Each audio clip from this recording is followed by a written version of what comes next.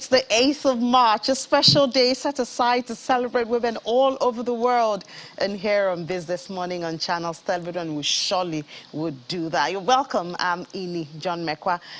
Just before we delve into that celebration, let's see what's happening in the global oil space. One of the hottest news in the world at this time. Oil prices seesawed today with Brent crude futures trading at $125 a barrel. That's about 10% below a 14-year high. It struck, I remember yesterday or 2 days ago, it went as high as $139, reflecting relief that European allies were not planning to join a possible U.S. ban on Russian oil imports. Brent's crude futures were also up $1.01 at $127 a barrel after going even higher than that. U.S. West Texas Intermediate crude futures were up $1.53 at $122 a barrel. Analysts say unless the war stops, Brent prices could go anywhere towards $156 to $185 a barrel. However, keeping a lid on price gains, late Monday officials say that the United States was willing to move ahead with a ban alone. And Germany, the biggest buyer of Russian crude, rejected plans for an energy embargo. Meanwhile, Russia has warned that it could stop the flow of gas through pipelines from Russia to Germany in response to Berlin's decision last month to halt the opening of the controversial new Nord Stream 2 pipeline. Well, related to that, back in Nigeria, 1.3 trillion naira, that's a total sum of 51 oil and gas companies in the country are owing the federal government, and that's according to the Nigeria Extractive Industries Transparency Initiative, NATI, and it's in their 2022 audit report. The report, which provides updates on oil and gas companies' indebtedness to the Federation, was released in the Federal Capital Territory. And briefing journalists, the Executive Secretary of NATI, Mr. Ogbonaya Oji, explains that the federal government earned $20 billion from the oil and gas sector in 2020, while 106 billion naira was paid as subsidy. That's between January and December 2020. It's another time to take stock of happenings in the nation's extractive industry, especially the oil and gas sector. This meeting follows a directive by the federal government since 2003 to open up the extractive industry to public accountability. After months of background work, the books of NATI are opened once again, and it shows key findings, especially the size of the liabilities of oil companies to the federal government. The number of companies owing have dropped to 51 companies. And these are collectible revenues that are due to the former DPR, now with the authority and their firings. We have disaggregated figures on who is owing what exactly, and which of the companies that are owing. 77 were owing 6.36 billion before. But from our report in 2020, as of December 2020, that figure has dropped. The latest report from NATI outlines the specific revenue streams that accounted for these liabilities. They include royalty oil, royalty gas, concession rentals, petroleum profit tax, company income tax, education tax, as well as value-added tax, withholding tax, among others. And this is to make necessary recommendations to ensure transparency in the nation's oil and gas sector. Nigeria must muster the courage to deal with this subsidy issue once and for all. NATI has made these recommendations in 2006, and that governments, we are aware of the total picture, when and how to remove the subsidy. But our position is clear: remove subsidy. We are committed to providing NATI or any other person information and data that relates to either our agency role on behalf of the Federation or our job as a limited liability company. This is the 13th cycle of the Independent Oil and Gas Industry Report by NATI in fulfillment of Nigeria's obligation to the Global Extractive Industries Transparency Initiative Protocol. The agency hopes to unveil details of the reports for the solid minerals sector and the fiscal allocation and statutory disbursement at a later date.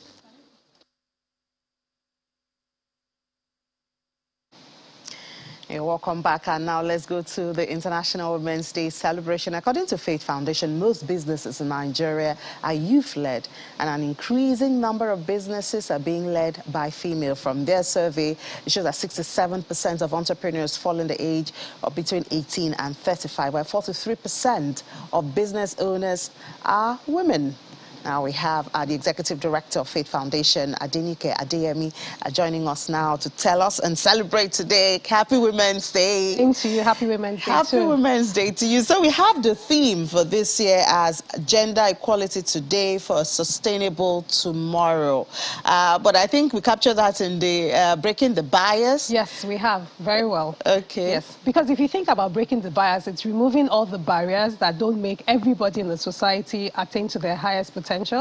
And then when you then now talk about women, yes, women are half of the population. And so women should have as much rights to be able to do anything that they want to. And in the case of entrepreneurship, to be able to start and grow a business to the fullest potential that they should be able to. So let me ask, should women be given this potential or should women take this potential? It's a two-way thing, Okay. because you have to start with equality and equity.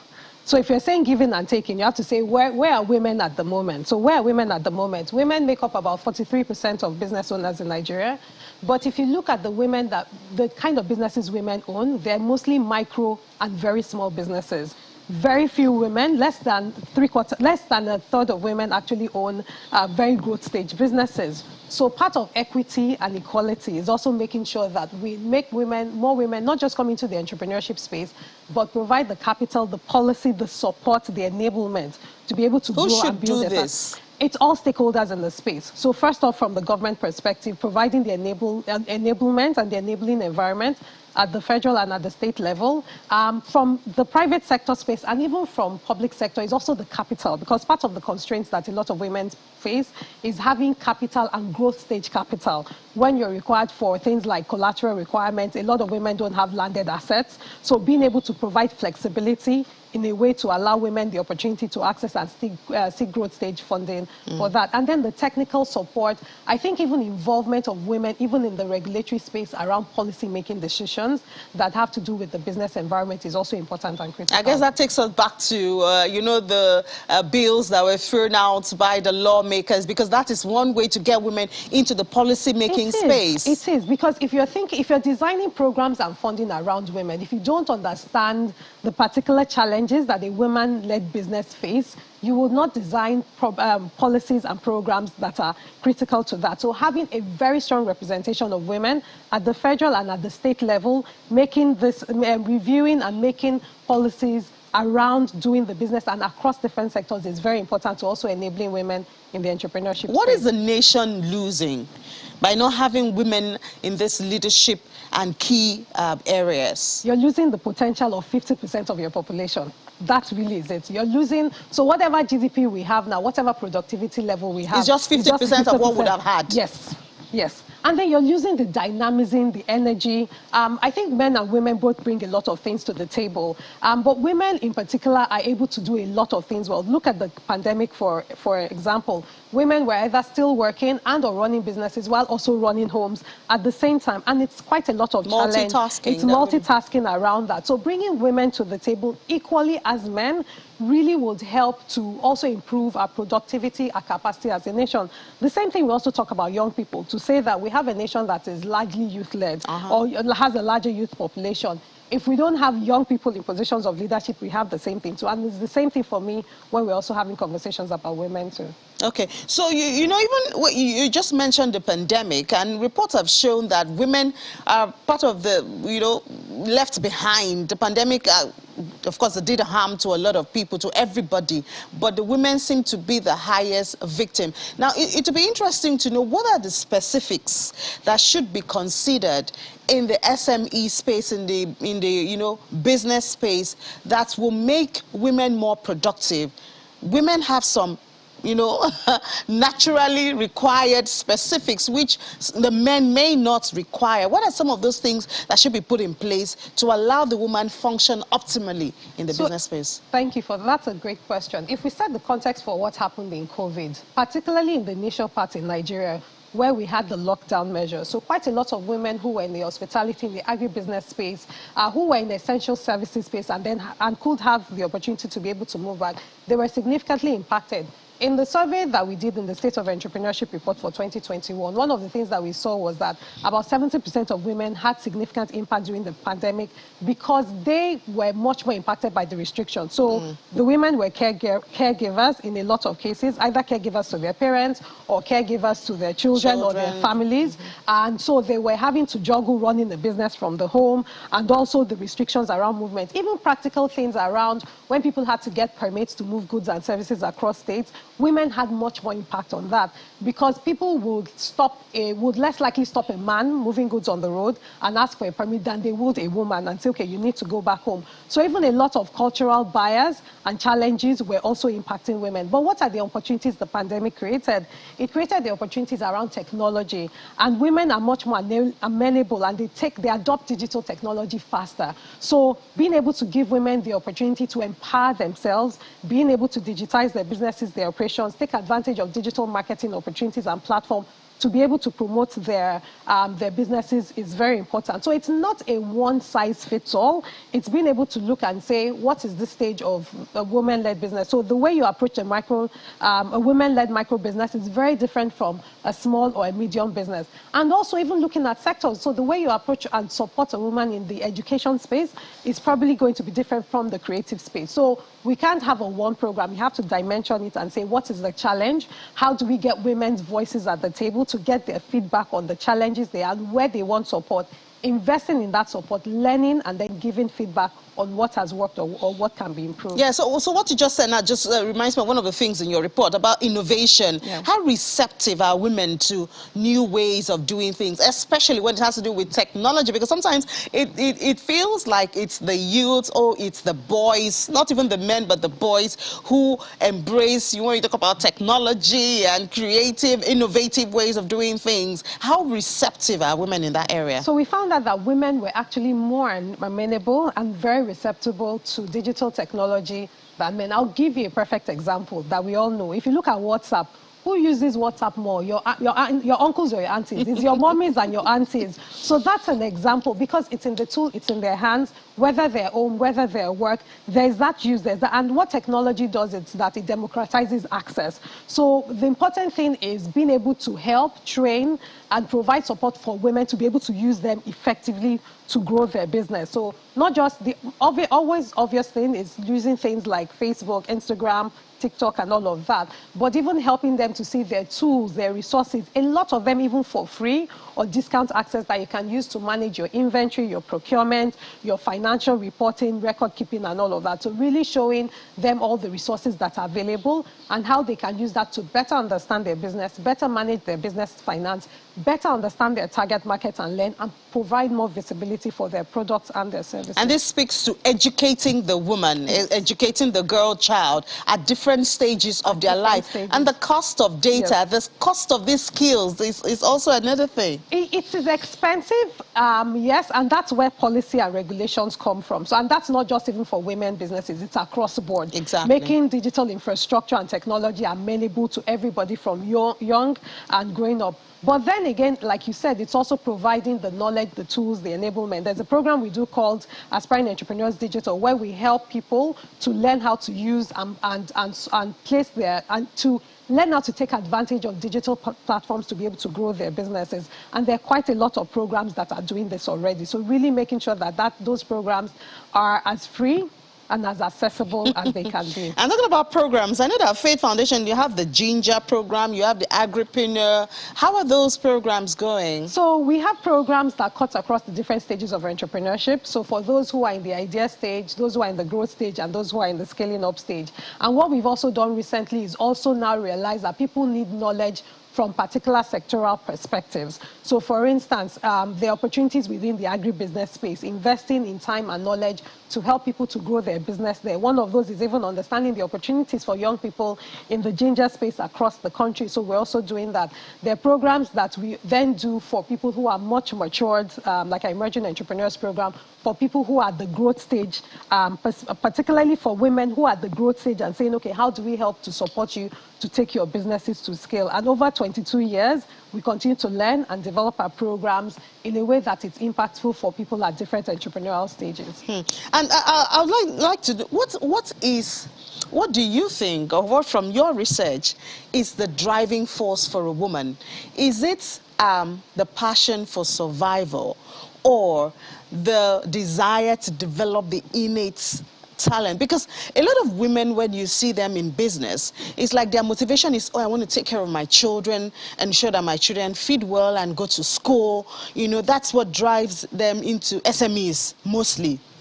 So I'd like to know, is it that desire that I have this gift and this passion, I want to develop it, I want to groom it, or is it, you know, the desire to take So I will answer that question in two parts. From our State of Entrepreneurship report in 2021, first of all, what we looked were dimensions. So anybody, including women that wants to start a business, would want the business to perform. So business performance, ability to understand the skills to be able to grow the business well, using digital technology, even the business environment. I'm going to start a business. Is a business environment amenable, and will it give me the opportunity to grow it well? And number 5, the opportunities. So anybody will go into a business if they see that there are viable and feasible opportunities there. That's one.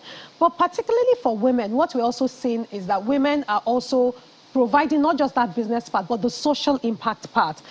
Beyond just even feeding, because that's what a lot of people think too. But a lot of the women we see in our program started businesses because of a challenge they had or other people had, and they saw that, well, I can help to solve this challenge by creating products or services that address this issue and also create a business out of it. And so that's why women are also, they're also very good investments, because they're not just good economic investments, but they're good social investments. Social investments. When they make money from their businesses, they not just put it back in their communities or even in terms of their families, but they invest it even with things around them too. So how do we make the girl child a better tomorrow, the girl child of today, a better woman tomorrow, a more confident, a more realistic woman tomorrow? So going to education, which is something else that I'm very passionate about, it's providing them with the opportunities that empower them for where we are right now and the future of the world. So that whether that child is in Nigeria or the child travels, the child is a global citizen and a child. So basic literacy, STEAM, so science, technology, education, math, arts, really exposing them to whatever opportunities, because the truth is that the world is not linear. I studied linguistics. I'm doing so many other things now. So many people study things that are different, and that's the dynamic of the world, that whatever the girl child seeks to do, or the woman or the lady seeks to do, they can do it, because the opportunities to learn, to grow, there are no limitations, there are no glass barriers, there are no glass ceilings, there are no glass doors, and they can take those opportunities as well as they can. That's in education. What about at home? It's the same thing too. Growing up in an environment that they're nurtured and they're made to know that they were made to fulfill all the potentials. I grew up in a household where my dad really invested in me as a person. It wasn't, oh, you're a daughter, you're different from my son. No, it was that you can do anything you decide you want to be. And that's when you're right. It does start from the home, and it starts from the community to also reinforcing those values, that whatever the opportunities you seek, we'll expose you to as much education as we can. And so that's why education system is important. But whether at home, whether in the communities, whether in our faith environment or movement, wherever you are, it's just inspiring them to have the confidence, to have positive beliefs in themselves, to be able to read and explore as they can, and to know that there are literally no limitations. And also that the world that they live in is also safe, even for them as girls and as women. Yeah, and to remember that if the woman or the girl child is not empowered, the nation is losing 50% of its potential. 50%. 50%. 50%. All right, thank you so much, Adinika Adeyemi, you. Executive Director of Faith Foundation. Happy Women's Day once again. Same to you, and my I hope you pleasure. have a memorable celebration today. I will. Thank you very much. Thank you. All right, so we'll take a break now. After the break, we'll talk to another woman, even though we'll be talking on the commodities space. But, you know, we are everywhere, so let's do that after the break. This is Business Morning on Channels Television.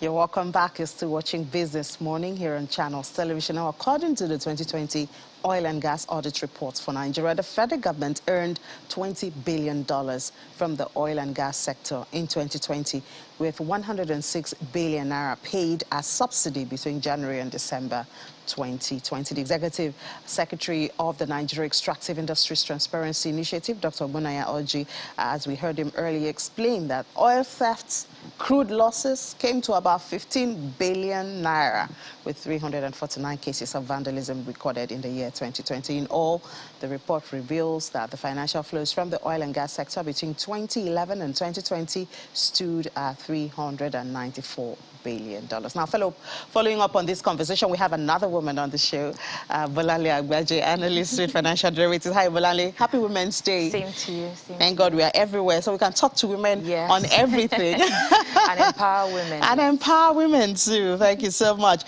So, I mean, not a very good picture there when we see how much is spent on subsidy first, and then we now see how much we lose to theft and vandalism, 15 billion naira lost. So, you know. So that also has affected our ability to even benefit from the rising oil prices right now. We have the force majors that happened recently, actually in January this year, and you also have the fact that, you know, the community issues are still there and are still lingering, and also the structural issues that we do have that are still, you know, making a situation where we cannot actually increase our production past this 1.2 that we've been in for a while now. For a long time now. Even when the quota has been lifted, I think 1.8 now? Yes, we can actually meet up with that. So many of all these, you know, oil contractors have been complaining about some of these issues and how they have to spend so much to kind of, you know, bring their production levels back to, you know, where it was before. And also maintenance as well actually eats into the cost of many of these oil producers, oil production companies rather. And also the fact that the government is not, well, we do expect that the government would actually spend over 4 trillion naira on subsidy. I remember they asked for 3 trillion naira, and I kept saying that, I mean, with the surging prices, I mean, we're complaining then, but with the surging prices now of Brent and WTI, with what's going on in Russia, we can only expect that subsidy will be higher. Exactly, and I think it's increased by about almost 100% at the moment. Oh my word. From what you had reported, it was about 109 billion naira. Now we're talking about 4 trillion naira. That's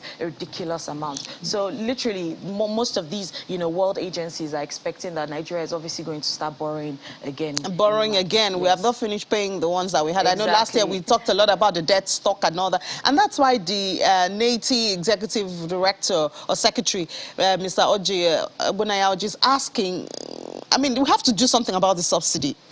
We have to do something about it. But at the moment now, anything, if we do not, you know, pay this subsidy payment, rather, it would more or less affect the Nigerians, the individuals within the country. But how much are we buying petrol now? The last time I bought petrol last week was 200 naira for a litre. Yeah, obviously. And diesel is 545 naira, yes. But, you know, you obviously have most of these, you know, oil companies that would obviously try to take advantage of it. But the standard price is around 165 to about 167 naira per litre. But ideally, that shouldn't be what it should be if you look at the world prices at the moment. Oil price should currently be trading around, you know, 200 and above. But because of these subsidy payments that the government is trying to, you know, make into the market, it's not, you know, increasing prices. Yeah, so people are saying that, I mean, if it was fully subsidized, we'll be paying 200 and above. Yes. And right now, some people are buying it 200 and above. Yes. So, I mean, why don't we just face the fact and move on? But it will definitely affect, you know, individuals within the economy, businesses, commodity prices that we come here to talk about. It will definitely, you know, affect them in a negative way. And I think the government right now is trying to prevent that from happening. You don't want consumer confidence to be affected. You don't want, you know, increase the demand, the pressure of, businesses operating within the country. All of that is what, they're trying to avoid in the short term, and more or less ease into these new prices as much as they can over the next few months. So this diesel that is being sold at about 560 naira per litre. Now, yes. What spillover effects is it having? Well, most of the trucks that are used to, transport these commodities, through across Nigeria, obviously rely on diesel. Also the fact that, a lot of people rely on diesel for generating power. And we've had issues with our power generation for the past how many months now. So obviously that would feed into costs for both on the individual level and the business level as well. Because factories and they manufacturers, are heavily they are diesel, diesel. And I'm sure that's why, diesel price is not even wasting any time increasing its price, just because the demand is there. Demand pressure is there. And obviously now that we're having serious power issues, the demand has increased significantly, and most of these, people that actually import, this particular diesel want to benefit from that as well. And of course, this is largely connected to what's going on in the global space. Yes. Russia oil is a very big conversation going on now. US saying they may go ahead and ban the import, and EU saying they cannot afford it, and now Russia threatening to turn off their gas. So all of this, of course, will also determine how much crude goes and also, for. US, the gas prices in the US are at, record highs now. They've never, ever seen, this particular highs in the past 14 years. And it's something that we have to, understand. The fact that the US government is trying to make sure that they look for ways that they can actually increase the supply of oil into the market. I think that's why they're delaying with the Russian sanctions, because they're looking for who would actually, come in to offset. I know somebody talked about Venezuela.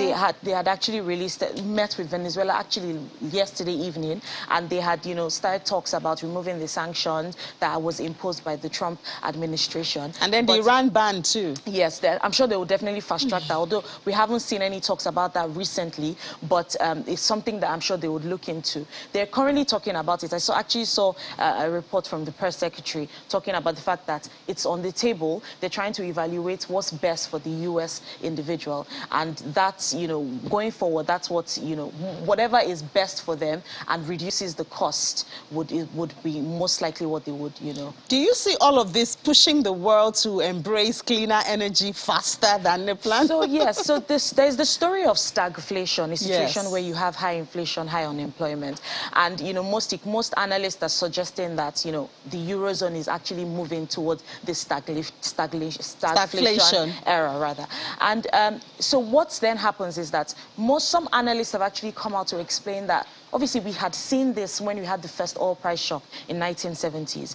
But at the same time, right now, it shouldn't be as bad as what we had seen then, just because people are adapting or adopting cleaner fuel. So the impact of this for oil price crisis or oil embargo that we're seeing around the countries shouldn't be as detrimental as we had seen in those previous, or well, we hope, because we're still actually heavily reliant on oil. And global food prices is at its peak.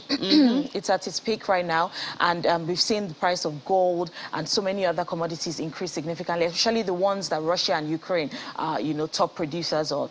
That obviously is something that most, analysts already expected. The fact that Russia would more or less use this particular commodities as a weapon to, fight other countries that are going against what he's doing to Ukraine at the moment. So what else is happening in the commodities space? Yeah, so we're seeing the price of, right now, looking at what happens in Nigeria, the price of wheat that we're heavily reliant on has definitely increased significantly. And then we should see prices of, the byproducts of wheat, bread, and all sorts of other products increase as well.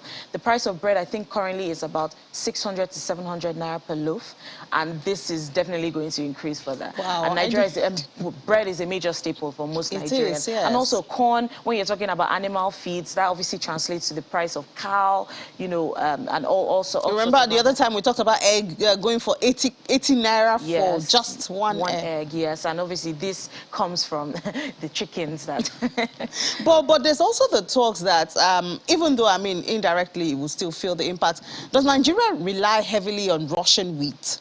I wouldn't say heavily, but Russia is one of our top imports. Where do we partners. get? Where do we? I'm sure we do get wheat, because US is also one of the top producers and of Canada, wheat. Islands? And Canada as well. We do get from them. But obviously, Russia is one of the major producers of wheat, and we'll definitely feel the heat from, you know, the loss in supply from Russia. Yeah, so I think personally that there's so many lessons to learn. I mean, when you talk of commodities, you say, oh, Russia, they're one of the top producers. You talk of wheat, you talk of oil, you talk of gas.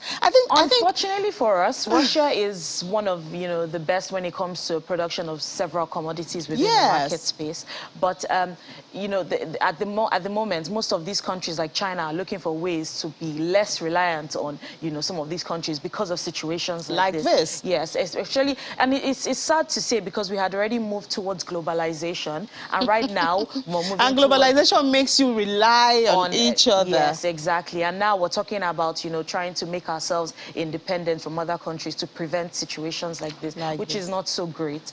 But I'm sure if the US goes ahead to impose sanctions and maybe other countries follow suit, hopefully, you know, we see a situation where the Russian economy backs down. But I'm not so sure about this, because well, for me, I think one major lesson from this is we have the potentials. Let's develop our potential. So I mean, to a large extent, we can be self-reliant. That's what Russia has done. We need to build ourselves structurally. It's sad, you know, talking about Nigeria is a very sad story, because ideally the impact of this shouldn't be as much. Like Kenya, for example, they're talking about inflation coming down, and that's just because demand pressure from Kenya is not as much. How is it that in other countries we're talking about, you know, rising inflation, and then in Kenya you have inflation coming down, just because, you know, they've been able to build themselves structurally and be less reliant on, you know, what activities of other countries. We are relying on other countries for everything, even the things that we have, unfortunately. Well, our lessons to be learned, because a war in one country is a war for everybody. Everybody, yes. That's how it looks like.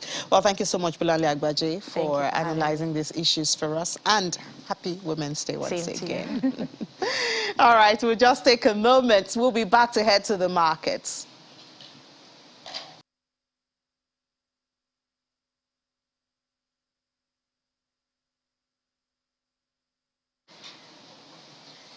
So welcome back. You're still watching Business Morning. Let's head to the markets now and see how much invasion Russia has done to our markets here in Nigeria. Will, happy Women's Day, by the way. I was going to say, let me start by wishing every woman out there happy Women's Day. You know, with the invasion coming in, I was like, oh, well, we're invading International Women's Day, but that's not going to dampen our spirit, you know, because even though the equities market seemed dampened, but women are going to stay strong. And it's just a little bit, just a little bit. Now, so activities in the equities market just picked up from last week, bearish, you know, transactions.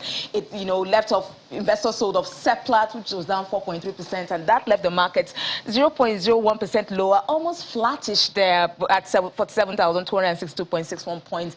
We're still expecting it to move higher than that, but we don't know the market direction right now. And about 3 billion naira was, you know, shed off the market capitalization yesterday. Now, month-to-date gain, the month-to-date loss, which is still in the negative, well, as I mentioned, is in the loss, is now moderated to 0.3%, while the year-to-date gain is moderated to 10.6% now. Total volume, activity chart was in the green yesterday. Volume traded yesterday grew by 62.8% to 291.88 million units, valued at 2.86 billion naira, and over 4,700 deals were exchanged yesterday.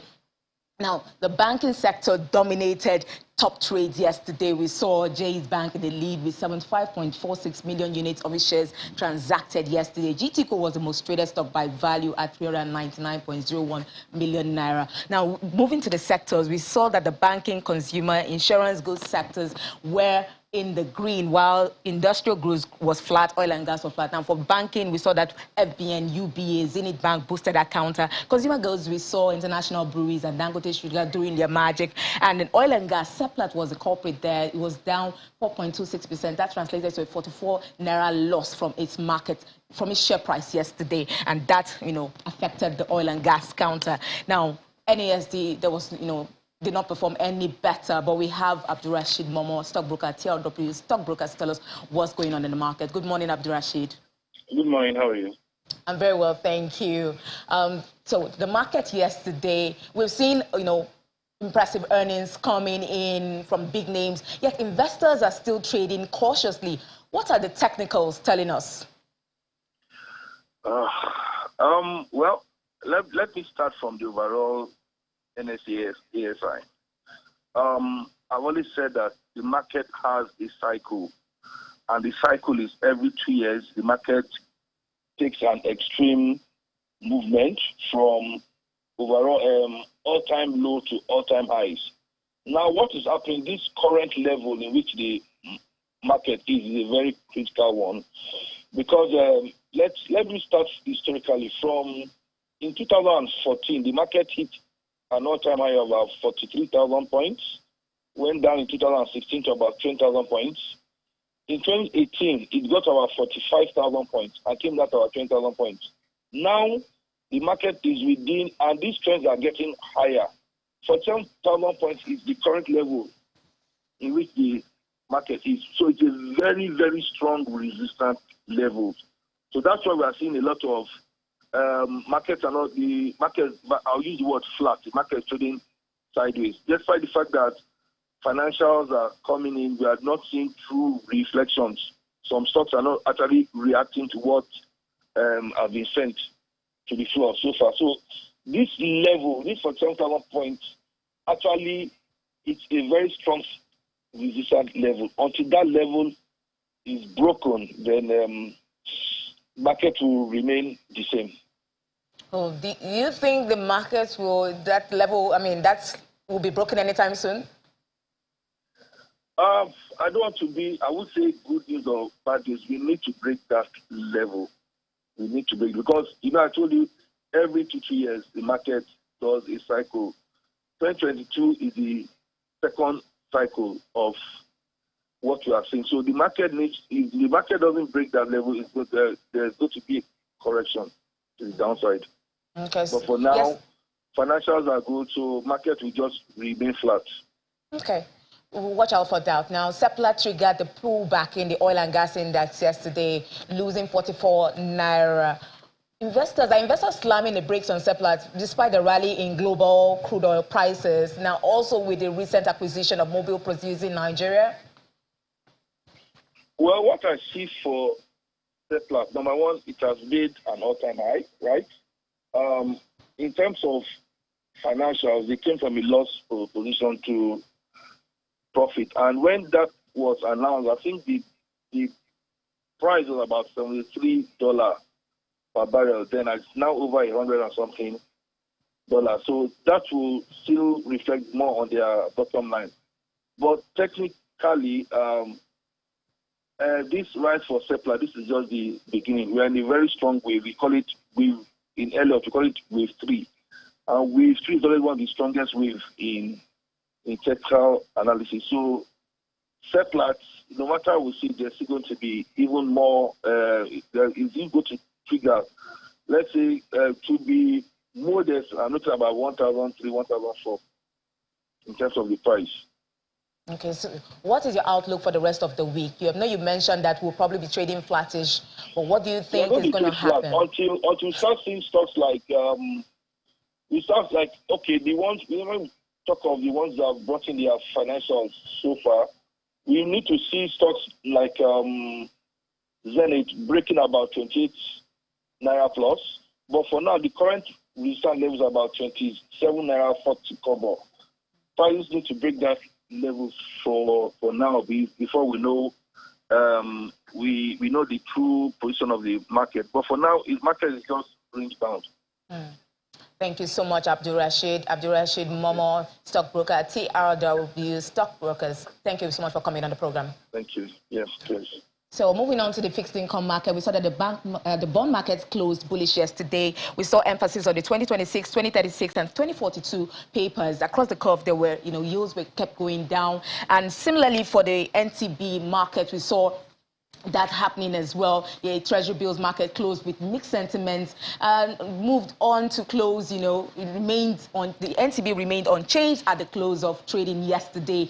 OMO segment, same thing happened, and given the OMO maturity of 110 billion naira expected to hit the system today, market is expected to trade with bullish sentiments as well. So, that's what we have for the markets, and hopefully, we'll see an even better transaction. But Abdurrashid just mentioned that equities are going to trade, flattish, and I don't know what to expect today, but, the evening will come and we'll do the report as usual. Yes, well, I was. It's also news to me what he said about the markets hitting an extreme every 2 years. But well, we'll certainly look out for that. Let's take a break now. When we come back, we will do an opening call to London.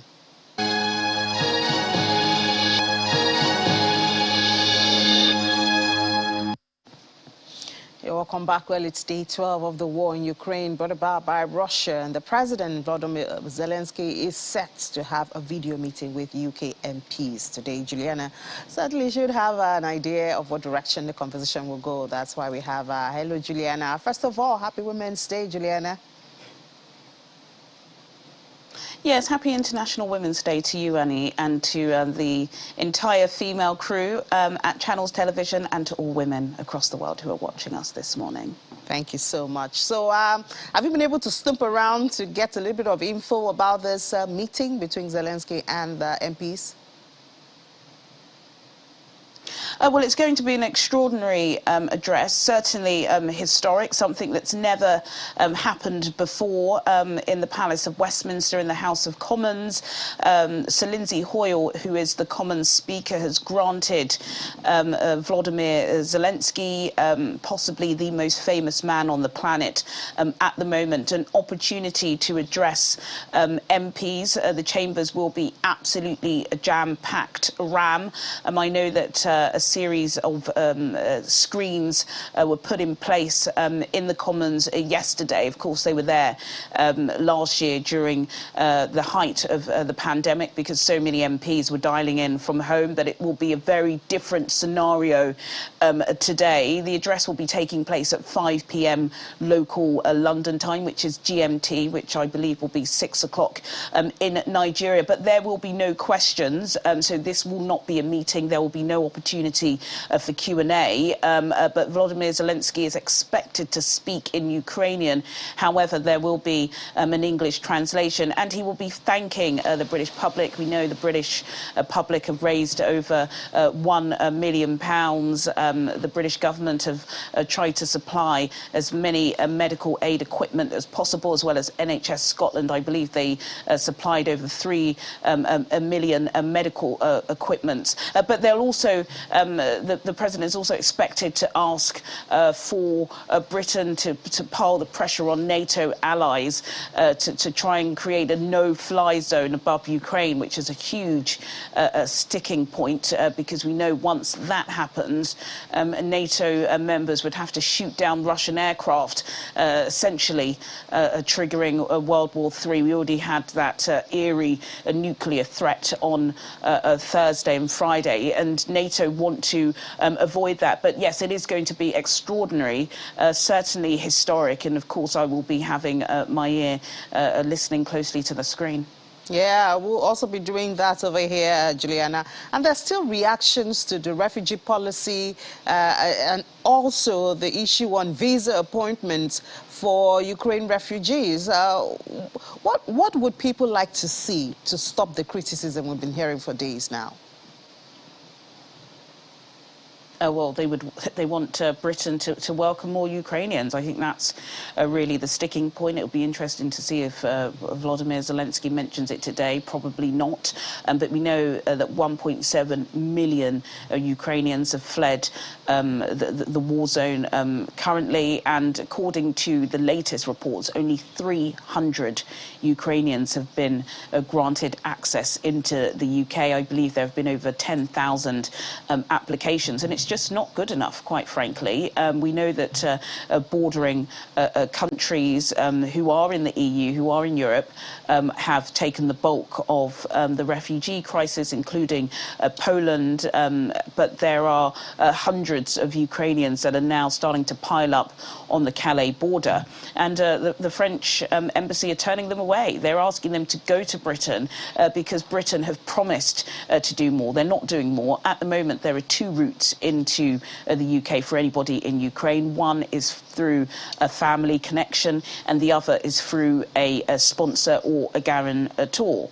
Not everybody has that. So what I think the Ukrainian community here are now asking is just for some humanitarian empathy, and that for them to just open the door. But we know that this government are really holding tight to their manifesto, which is what got them in power at the moment, which was getting Brexit done, which was stopping the free movement of people, particularly coming from Europe. But some say, look, you know, in a war is completely different, that they should shun that. But let's just wait and see what Priti Patel says. But she has assured the British public this morning through an article she wrote in The Sun that more people will be accepted. But 300 people from 1.7 million is just completely unfathomable. But that's Britain. That's Britain. Thank you so much, Juliana, and enjoy the rest of your day. Although we'll talk to you at 1:30 during Business Incorporated. Let's go to the crypto space now, and we should have had a lady at the crypto market today. I don't know what Ladi is doing there. Ladi, you shouldn't be there. Happy International Women's Day. Thank you so much. And I was hoping, you know, Bitcoin would give you some kind of prize today, but it's okay. It's still an extremely afraid market, right? It's extreme fear right now, 21 points, showing the market sentiment right now this morning in the crypto space. Market cap, $1.71 trillion. It is down about 0.13%. Volume traded in the total crypto space is up 23.16%. See, at $6 billion traded in the total crypto space, Bitcoin plus altcoins. Bitcoin dominance, 42.42%. Price of Bitcoin this morning still below the 40K range right now. Traders call that a bearish range. It's still under $38,226. It's up by 0.08%, just marginally up this morning. Volume traded $29.16 billion traded in Bitcoin. Ethereum is trading way below the $3,000 mark. It's 2,500, trying to hold that 2.5 level at this point, but it's down 0.80%. Volume traded in Ethereum, $14.93 billion. Looking at the top boys for market cap, it's mostly red on that counter. Just BNB there hanging on 1.73%. Cardano, 79 cents, down 2.63%. Cardano's been trying to stay above that 80 cent mark, but it's, the bears keep pushing it below that mark there, trying to get the shorts in. Solana, 82 cents, $82.89. It's down 0.08, and the CXRP there, 71 cents. All right, let's bring in Rume Ofi now, digital market analyst. Hello, Rume. Very good morning. Yeah, good morning, Rume. Well, the market is still extremely fearful today, and it was the same story on Friday. But now we're seeing a report that says inflows into crypto investment funds rose sharply last week. What does this tell us? It only means that those that understand the underlying values of cryptocurrency are getting in despite geopolitical tensions. It's really massive. This is the highest since December. It's $127 million worth of accumulated inflows. It means that people need to understand the value, what Bitcoin brought to the table, or is bringing to the table right about now, is the fact that we have inflation hitting individual countries globally, and people need to have a certain confidence that, oh, this is going to hold the value of my funds, because the purchasing power is a lot of purchasing power of different currencies are going down.